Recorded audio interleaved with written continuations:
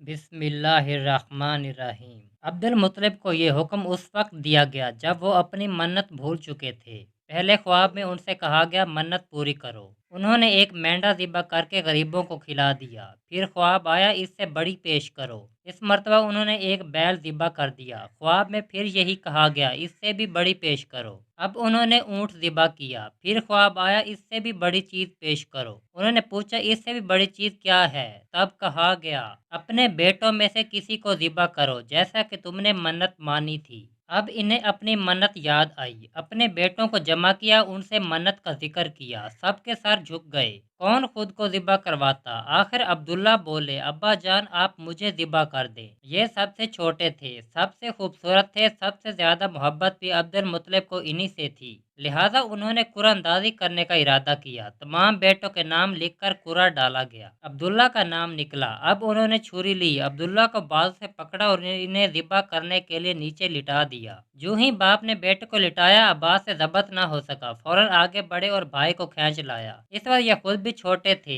ادھر باپ نے عبداللہ کو کھینچا۔ اس کھینچا تانی میں عبداللہ کے چہرے پر خراشیں بھی آئیں۔ ان خراشوں کے نشانات مرتے دم تک باقی رہے۔ اسی دوران بنو مخزوم کے لوگ آ گئے۔ انہوں نے کہا آپ اس طرح بیٹے کو ذبح نہ کریں، اس کی ماں کی زندگی خراب ہو جائے گی۔ اپنے رب کو راضی کرنے کے لیے بیٹی کا فدیہ دے دیں۔ اب سوال یہ تھا کہ فدیہ کیا دیا جائے۔ اس کی ترکیب یہ بتائی گئی کہ کاغذ کے ایک کا 10 اونٹ لکھے جائیں، دوسرے پر عبداللہ کا نام لکھا جائے۔ اگر 10 اونٹ والی پرچی نکلے تو 10 اونٹ قربان کر دیے جائیں۔ اگر عبداللہ والی پرچی نکلے تو 10 اونٹ کا اضافہ کر دیا جائے۔ پھر 20 اونٹ والی پرچی اور عبداللہ والی پرچی ڈالی جائے۔ اب اگر 20 اونٹ والی پرچی نکلے تو 20 اونٹ قربان کر دیے جائیں، ورنہ 10 اونٹ اور بڑھا دیے جائیں۔ اس طرح 10-10 کر کے اونٹ بڑھاتے جائیں۔ عبد المطلب نے ایسا ہی کیا، 10-10 اونٹ بڑھاتے چلے گئے۔ ہر بار عبداللہ کا نام نکلتا چلا گیا، جہاں تک اونٹوں کی تعداد 100 تک پہنچ گئی۔ تب کہیں جا کر اونٹوں والی پرچی نکلی۔ اس طرح ان کی جان کے بدلے 100 اونٹ قربان کیے گئے۔ عبد المطلب کو اب اطمینان ہو گیا کہ اللہ تعالیٰ نے عبداللہ کے بدلے 100 اونٹوں کی قربانی منظور کر لی ہے۔ انہوں نے کعبے کے پاس 100 اونٹ قربان کیے اور کسی کو کھانے سے نہ روکا۔ سب انسانوں، جانوروں اور پرندوں نے ان کو کھایا۔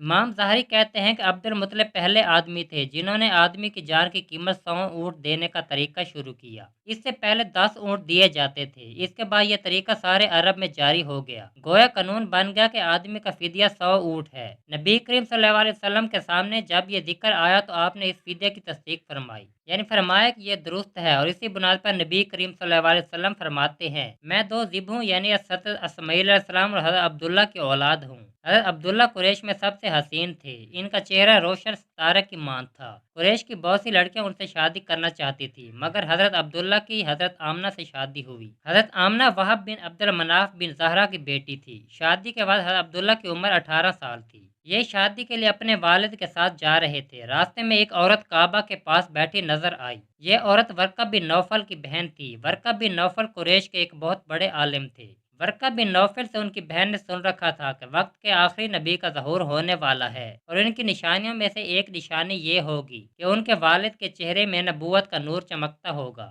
جو ہی اس نے عبداللہ کو دیکھا، فوراً اس کے ذہن میں یہ بات آئی۔ اس نے سوچا ہو نہ ہو یہ وہ شخص ہے جو پیدا ہونے والے نبی کے باپ ہوں گے۔ چنانچہ اس نے کہا اگر تم مجھ سے شادی کر لو تو میں بدلے میں تمہیں اتنے ہی اونٹ دوں گی جتنی تمہاری جان کے بدلے میں ذبح کیے گئے تھے۔ اس پر انہوں نے جواب دیا میں اپنے باپ کے ساتھ ہوں، ان کی مرضی کے خلاف کچھ نہیں کر سکتا، نہ ان سے الگ ہو سکتا ہوں، اور میرے والد باعزت آدمی ہیں، اپنی قوم کے سردار ہیں۔ بہرحال ان کی شادی حضرت آمنہ سے ہوگی۔ اب قریش کی عورتوں میں نسب اور مقام کے اعتبار سے افضل تھیں۔ حضرت آمنہ حضرت عبداللہ کے گھر آ گئیں۔ آپ فرماتی ہیں جب میں ماں بننے والی ہوئی تو میرے پاس ایک شخص آیا، یعنی ایک فرشتہ انسانی شکل میں آیا۔ اس وقت میں جاگنے اور سونے کے درمیانی حالت میں تھی۔ عام طور پر اس حالت کو قنوطگی کہا جاتا ہے۔ اس نے مجھ سے کہا کیا تمہیں معلوم ہے تم اس کی امت کے سردار اور نبی کی ماں بننے والی ہو؟ اس کے بعد وہ پھر اس وقت آیا جب نبی صلی اللہ علیہ وسلم پیدا ہونے والے تھے۔ اس مرتبہ اس نے کہا جب تمہارے ہاں پیدائش ہو تو کہنا میں اس بچے کے لیے اللہ کی پناہ چاہتی ہوں ہر حسد کرنے والے کے شر اور برائی سے۔